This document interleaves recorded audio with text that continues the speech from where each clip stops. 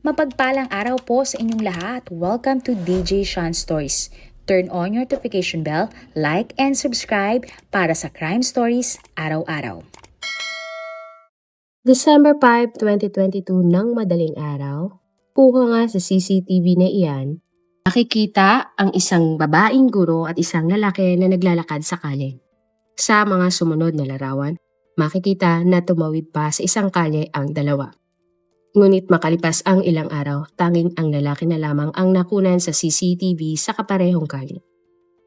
Ilang araw ngang nawala ang babaeng teacher hanggang sa lumabas ang katotohanan na ang teacher na ito kapag gabi ay nagbibigay aliw na pala si ma'am. Sa ating ang kwento ngayon, pag-usapan natin ang kaso na nagkaroon ng hatol sa kabila ng kailanman ay hindi natagpuan ang labi ng guro. Pinaniniwalaan na inihiwalay-hiwalay ang labi ng guro, kaya ito ay bigong matagpuan. At ang sospek nga sa krimen na ito ay dati pang matadero. Ang babaeng guro na biktima ay kinilalang si Anahi Esther Bulnes, 36 years old o tawagin na lang nating Ana. Ay ipinanganak at lumaki sa Argentina. Nagsisikap sa pagtatrabaho ang ina at ama ni Ana upang siya nga ay mabigyan ng magandang kinabukasan. Bata pa lamang mahilig na talaga ang mag-aral si Ana at sinabi niya nga sa kanyang mga magulang na balang araw ay gusto niyang maging isang guro. Ayon sa mga magulang ni Ana, matalino at curious ang dalaga habang lumalaki. 17 years old si Ana nang unang beses siyang umibig at makalipas ang isang taon, pinakasalan niya ang kanyang kasintahan na si Marcos. Nagkaroon nga ng dalawang anak sina Ana at Marcos, ngunit ang panganay nila ay mayroong sakit. Nung una, maayos naman ang pagsasama ni na Ana at Marcos. Pero kalaunan nauwi din sa hiwalayan ang kanilang relasyon dahil naging bayolente na si Marcos kay Ana. Mas lumala pa nga ang pananakit ng lalaki sa kanyang asawa nang pinagbubuntis ni Ana ang kanilang ikalawang anak. Dahil dito, kinumbinsi na nga si Ana ng kanyang mga magulang na hiwalayan na si Marcos dahil sa hindi magandang pakikitungo ng lalaki sa kanilang anak. Sinunod naman ni Ana ang payo ng kanyang mga magulang at nilayo niya ang kanyang mga anak sa kanyang asawa. Sa kabila ng kabiguan ni Ana dahil sa nasirang pag-ibig, nagkaroon pa din ng lakas ang guro upang ipagpatuloy ang kanyang buhay. Itinuloy niya ang kanyang pag-aaral sa kolehiyo upang maging isang guro pero nahinto dahil kailangan niyang alagahan ang kanyang mga anak. Makalipas ang ilang taon, muling binuksan ni Ana ang kanyang puso at nagmahal muli ng isang lalaki. At kalaunan ang pag-iibigan nga nila ni Ana ay nauwi sa kasalan. Mahal na mahal ni Ana ang bago niyang asawa at nabiyayaan sila ng isang anak. Umasa nga si Ana na ang bago niyang karelasyon ay magtatagal at iyon na ang lalaki na kanyang makakasama habang buhay. Subalit, tulad ng una niyang kasal, labigo si Ana dahil mapanakit din pala ang kanyang bagong asawa. Ayaw na ni Ana na lumaki ang kanyang mga anak na walang kumpletong pamilya kaya nagtiis siya sa piling ng kanyang mister. At kahit mahirap ang kanyang pinagdadaanan, nanahimik lamang si Ana upang maging buo pa din ang kanyang pamilya. Ilang taon nga ang tinagal ng ganitong setup ng relasyon ni Ana at ng kanyang asawa. Pero kalaunan, nagkaroon na ng lakas ng loob si Ana na makipaghiwalay sa kanyang asawa. Ngunit hindi tinanggap ng mister ni Ana ang hiwalayan na ito. Miski lumayo ang guro at ang kanyang mga anak, si Ana ay palihim na sinusundan ng kanyang mister. Bukod doon, pinagbabantaan din si Ana ng kanyang mister. At sa takot nga ni Ana para sa kanyang kaligtasan, nag-file siya ng restraining order laban sa kanyang mister. May dala-dala din si Ana na panic button sa oras na bigla siyang atakihin ng kanyang dating asawa, madali niyang aalertuhin ang mga tao sa kanyang paligid. Matapos ang dalawang hindi matagumpay na relasyon, ilang taong naging single si Ana. Ipinagpatuloy na lamang ng guro ang kanyang pag-aaral sa kolehiyo. At kalaunan, nagsimula siyang uling makipag-date at sa isang lalaking nangangalang Nestor na isang teacher. Pero si Nestor ay napakang controlling at sobrang obsessive. Ang gusto kasi ni Nestor kapag hindi sila magkasama ni Ana, palagi siyang i-video call ng guro kahit pa pamilya ni Ana ang kanyang kasama. Narealize ni Ana na walang kaibahan si Nestor sa dalawa niyang naging unang asawa kaya agad siyang nakipaghiwalay. At natupad naman ni Ana ang kanyang mga pangarap na maging isang teacher. Kasabay ng pakikipaghiwalay niya kay Nestor, sunod-sunod ang naging problema ni Ana. Isa sa pinakamabigat nga na problema ni Ana ay ang pera sapagkat hindi nagbibigay ng suporta ang kanyang mga dating asawa para sa kanilang mga anak. Masakit man para kay Ana na dumepende sa kanyang mga magulang, wala siyang nagawa dahil malit lamang ang sahod niya sa kanyang trabaho bilang kahera sa isang grocery store. At dahil 3 na ang kanyang mga anak, gusto nga ni Ana na maging financially independent at ayaw na niyang umasa kahit kanino. Dito na nagdesisyon si Ana na ipagpatuloy ang kanyang pag-aaral upang maging isang guro. Tinulungan nga si Ana ng kanyang pamilya upang makapagtapos siya ng kanyang pag-aaral. At matagumpay naman si Ana na nakapagtapos ng kolehiyo at natupad na niya ang kanyang mga pangarap na maging isang teacher. Gadi namang natanggap si Ana sa isang elementary school. At kahit matagal bago niya natupad ang kanyang pangarap bilang isang guro, napakasaya pa din ni Ana nang nagsimula siyang magtrabaho sa eskwelahan. Bukod sa pagtuturo, nagtatrabaho din bilang tutor si Ana upang magkaroon ng dagdag kita. Pero kahit anong kayod ng guro, hindi sapat ang kanyang sahod, lalo na at may disability ang isa niyang anak. Agad nga nag-isip si Ana ng iba pang pagkakitaan at kumuha ng pangatlong trabaho. Pero hindi niya kinaya ang lahat at bumigay din ang kanyang katawan dahil nagkasakit siya sa sobrang pagod. Kalaunan, nalaman nga ni Ana ang isang trabaho na malaki umano ang kita pero saglit na oras lamang at panggabi pa ang trabaho. Sa isip nga ni Ana, maganda ang inaalok sa kanyang trabaho dahil habol niya ang malaking sahod at advantage pa na gabi ang trabaho na ito. Isang mas batang babae nga ang nakausap ni Ana at sinabi sa kanya na ang trabaho ay ang pagbibigay ng aliw sa kalye. Nagulat ang guro at pinag-isipang maigi kung papasukin niya ang trabaho na ito. At dahil sa dami nga ng mga gastos, nagdesisyon si Ana na pasukin ang trabaho na ito.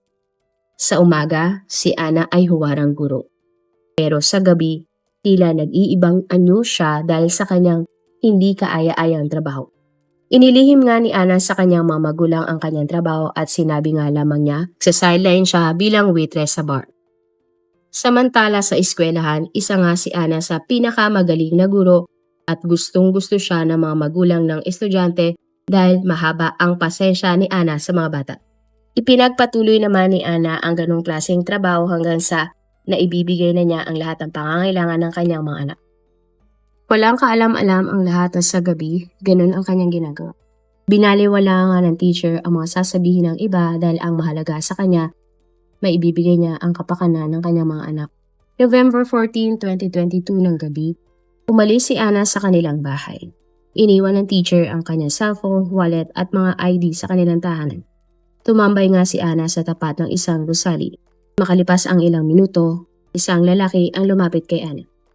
Ang lalaki ay kinilalang si Santiago Campos Matos, 38 years old. Si Santiago ay nakatira hindi kalayuan kung saan nakatambay si Ana. Ang lalaki ay binata at nagtatrabaho bilang isang cook sa isang restaurant. Ang lalaki nga ay may karanasan sa pagpatay ng karneng hayop na itinitinda niya kung saan siya nagtatrabaho. Meron siyang isang kapatid na babae habang nagtatrabaho naman bilang tagaluto sa kantin ang kanyang mga magulang. Kalaunan, nagkaroon nga ng sariling pamilya ang kanyang kapatid at pumanaw na ang kanyang mga magulang at naiwan na lang siyang mag-isa sa kanyang apartment. Wala siyang sariling pamilya at mahal na mahal niya ang kanyang mga pamangkin, lalo na at malapit siya sa mga bata. Matapos nga magkausap ni Ana at Santiago, nagkasundo silang pumunta sa apartment ng lalaki ng madaling araw. Sa loob nga ng apartment, maayos naman ang naging trato ni Santiago kay Ana. Matapos ang ilang oras, umuwi na si Ana dala ang natanggap niyang bayad. Matapos ang kanilang ugnayan, hindi mawala sa isip ni Santiago si Ana. At sa hindi malamang dahilan tila nagkaroon ng adiksyon si Santiago kay Ana. Ayon sa mga balita, kakaiba ang hilig ni Santiago at may illegal din siyang bisyo. Siya ay interesado sa mga weird at tila delikadong mga bagay. May koleksyon ang lalaki ng mga matatalim na bagay sa kanyang bahay tulad ng kutsilyo at iba pa. Bukod doon, palagi din siyang bumibili ng mga librong madilim ang tema tulad ng mga tungkol sa ritual at karumal-dumal na krimen. At ayon sa mga balita, 2 beses nang inireklamo si Santiago dahil sa masamang ginagawa niya sa mga nagiging karelasyon niya. At makalipas nga ang ilang buwan, hindi pa din mawala sa isip ni Santiago ang guro. December 4, 2022 ng gabi, lumabas ng bahay si Santiago upang bumili sana ng ipinagbabawal na gamot. Pero habang naglalakad sa kalye, nakita niya si Ana. Nilapitan ng lalaki si Ana at kinausap ito. Kalaunan, nagkasundo nga sila na muling pumunta sa bahay ni Santiago. Sa kuha nga ng CCTV, makikita sa isang kalye ang dalawa na naglalakad at nag-uusap ng madaling araw. Sa mga larawan muli sa CCTV, nagtungo nga ang dalawa sa direksyon ng tirahan ni Santiago. Ayon sa mga balita, pumasok sa apartment sina Ana at Santiago. Pero makalipas ang ilang oras, nakita sa kuha ng CCTV ang lalaki na siya na lamang ang naglalakad sa kalye. At December 5, 2022 ng umaga, nagtaka na ang isa sa mga anak ni Ana dahil wala sa kanyang kama ang kanyang nanay. Kalaunan, nalaman na nga din ng tatay ni Ana na si Carlos na hindi pala nakauwi ang kanyang anak na guro. Agad silang nagtungo sa eskwelahan kung saan nagtatrabaho ang guro pero wala doon si Ana.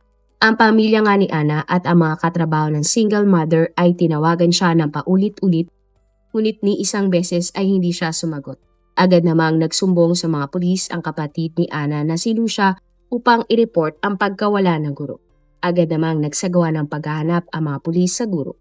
At makalipas ang 2 araw, isang tip ang natanggap ng mga pulis mula sa babaeng may katulad na trabaho ni Ana. Ayon sa babae, nakita niya si Ana na may kausap, isang lalaki ng gabi na nawala ito. Siniwalat nga na nagbigay ng tip na siya ay nagbibigay aliw at nagpatotoo din siya na ganun ang trabaho ni Ana kapag gabi. Sinabi pa na nagtip na kilala niya ang kausap na lalaki ni Ana dahil tumatak sa kanya ang lalaki. At tandang-tanda niya kung sino ito dahil dati niya na itong naging customer. Natakot umano ang nagbigay ng tip sa itsura ng isa sa mga kwarto ng lalaking huling kausap ni Ana dahil maraming patalim ang kwarto na iyon. Ibinigay nga ng babae ang address ng lalaki na kanyang tinutukoy. At dahil sa address na ito, nalaman nga ng mga pulis ang pagkakilala ng lalaki na walang iba kundi si Santiago. At sa investigasyon nga ng mga pulis, nakuha nila ang isang kuha ng CCTV kung saan nakita nilang magkasama si Santiago at si Ana. Positibong kinilala nga si Ana ng kanyang pamilya at dito na nga nabunyag ang totoong trabaho ng guro tuwing gabi. Nagulat ang kanyang buong pamilya dahil wala silang kaalam-alam na double life pala ang guro.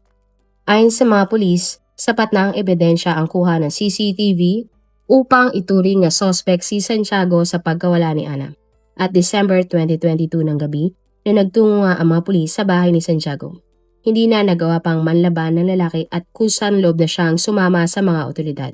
Agad namang sinimula ng mga pulis ang investigasyon sa apartment ni Santiago. Nakita nga ng mga pulis ang kakaibang koleksyon ni Santiago ng mga libro tungkol sa mga ritual, krimen at madidilim na tema. Iba't ibang uri din ng patalim ang natagpuan ng mga pulis sa bahay ng lalaki. Pero ang pinaka-importante, nakita nila na may mga bakas ng dugo na tila sinubukang alisin o linisin. Malinis din ang buong apartment at walang mga basura. Bukod doon, nawawala din ang kutsyon sa nag-iisang kama sa buong apartment. Dinala nga agad sa police station si Santiago at sumailalim sa interogasyon. At ay nga sa lalaki, mahilig siya sa dark metal music kaya ganon ang klase ng libro na kanyang binabasa. Sinabi din ni Santiago na dati siyang tagakatay ng karne kaya naging hilig niya ang pangongolekta ng mga kutsilyo. At ayon pa kay Santiago, naging customer niya nga si Ana ngunit wala siyang kinalaman sa pagkawala nito. Ay nga din sa kanya, sinabi niyang umuwi si Ana makalipas ang 3 oras nilang magkasama. Malinis daw ang buong bahay niya dahil naisipan niyang mag-ayos sapagkat bibisita ang kanyang mga pamangkin. At tungkol naman umano sa kutsyon, sinabi ng lalaki na sira na ito kaya niya ito tinapon. Pero hindi naniniwala ang mga pulis sa salaysay ni Santiago dahil meron na siyang 2 kaso na isinampa ng mga babae na sinubukan niyang pagsamantalahan. Kumuha nga ng mga sample ng dugo at DNA ang mga pulis sa bahay ni Santiago. At makalipas ang ilang araw, lumabas doon na dugo at DNA yon na nawawalang guro na si Ana. Kaya naman sinimulan na ng mga pulis ang mas malalim na investigasyon at interogasyon kay Santiago. Dito na nga umamin ang lalaki at sinabing pinaslang niya si Ana. Wala namang sinabing dahilan si Santiago pero ayon sa kanya, gusto niya ang pagiging dominante at siya ang dapat masunod palagi. At base naman sa cellphone ni Santiago, mahilig manood ang suspect na mga brutal na krimen.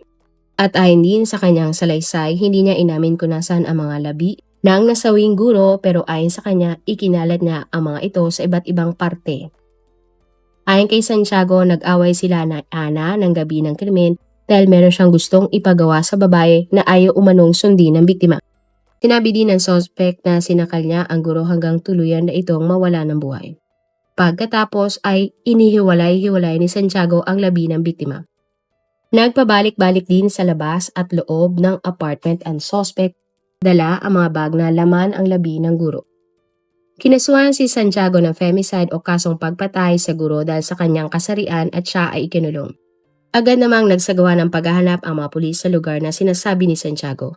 Ngunit bigo silang matagpuan ang labi ng guro. Nagkaroon nga ng sunod-sunod na paghahanap sa iba pang lugar sa buong Cordoba, subalit hindi na natagpuan ang labi ng gurong si Ana. Tanging mga bakas na lamang ng dugo ni Ana ang natagpuan sa iba't ibang parte ng lugar na iyon. Samantala, nagsagawa naman ng rally ang pamilya at kapwa guro ni Ana para manawagan ng hustisya. At September 2024 nang ibinabana ang hatol kay Santiago. Ang suspect ay napatunayang guilty sa pagpatay sa guro na si Ana at siya ay hinatulan ng habang buhay na pagkakulong.